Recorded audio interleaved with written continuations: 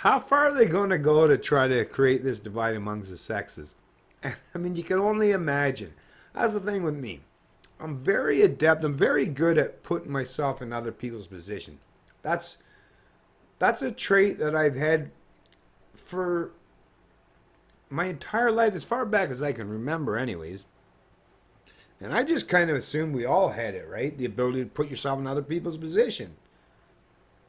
But I realize now as an adult, actually, we don't all possess that same trait, that same characteristic. It's something that I'm very appreciative that I do have. I don't know where it came about. If it's something that's just part of my composition, my DNA, the makeup that makes me, if it's something that had to do with environmental, like my family and people around me, I don't know.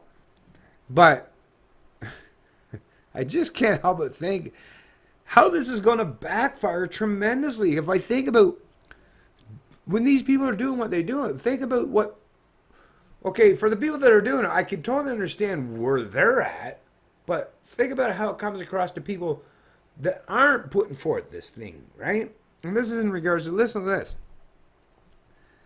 Bookstore celebrates Women's History Month by flipping male authored novels backwards on shelf. So, I mean, and we're seeing this constantly.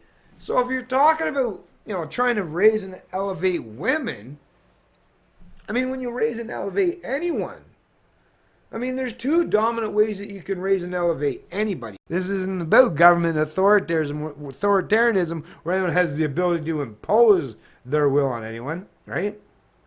Those are, buying a book is something that actually functions in the realm of voluntary interactions, right?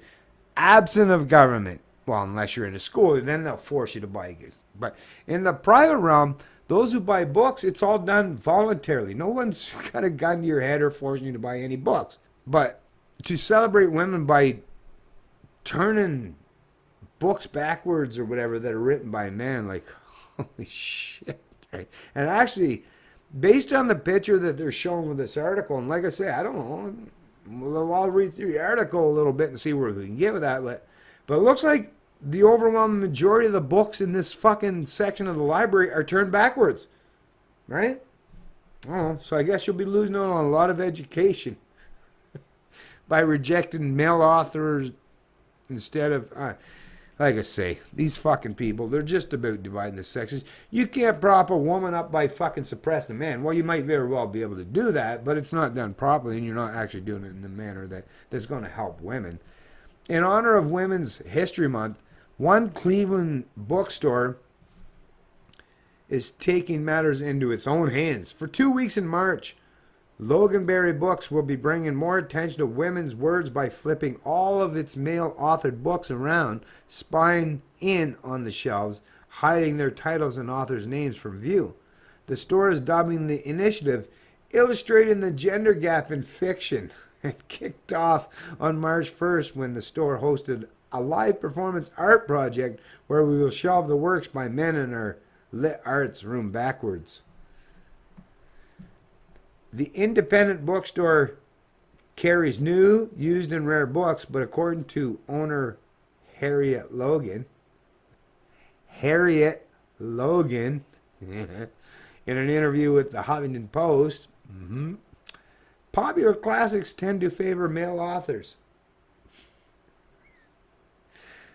I am certain the ratio has improved in my generation, and Dickens, James, and Trollope take up an awful lot of space, she said.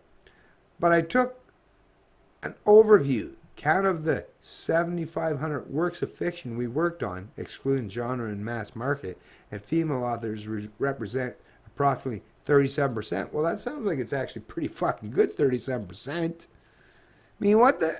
Why would that even be something that would be worthwhile complaining? That seems like pretty decent, right?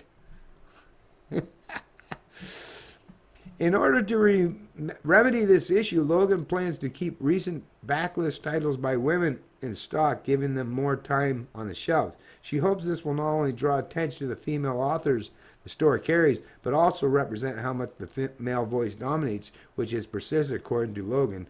not by talent, choice, or even popularity, but mostly through industry, favoritism, social opportunity, and habit. Presumably, Loganberry Books offers better customer service than ...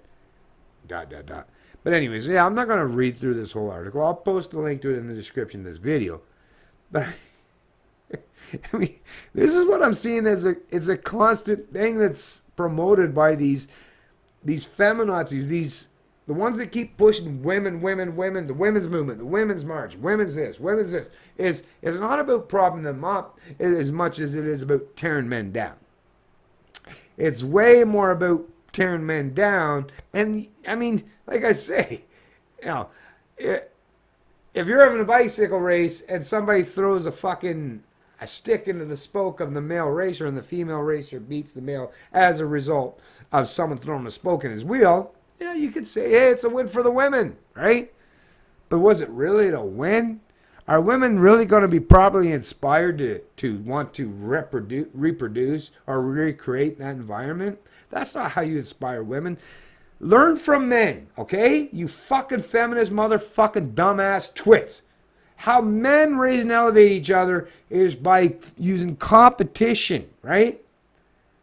We don't try to suppress each other. We use competitiveness as a means to raise each other. So if I beat your ass in a race, if I kick your ass, you know, in being able to build an engine or build a deck or, you know, being a better plumber, how men see that is the only way I could beat that person is being better than them. So if you want to kick this person that's better at you at doing plumbing or electrical or, you know, math, engineering, science, well, that means you have to be better than me. You have to elevate yourself. This new pretense, this world of, I don't know, what the fuck is wrong with a lot of these fucking collectivist women, but they're saying, no, I don't want to raise and elevate myself to beat you naturally. I want to suppress you. I want to squish you. I want to turn your books inside out, right? I want nobody to be able to see anything that you have to say, and then I'll beat you. Is that really beating them? No. That's suppression, right? That's oppression.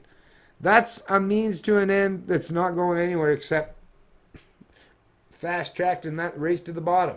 Is that what women are about? Because like I say, if you're a woman, don't jump on that bandwagon because you'll find out real quickly. You'll find no men in your life. No men in your life will respect you if you use that as a means to an end.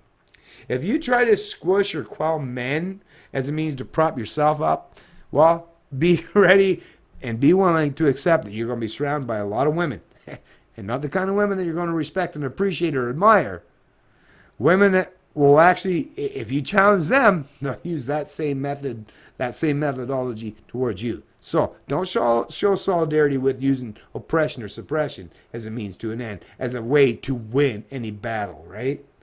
That's a failure on more levels than you can even think of.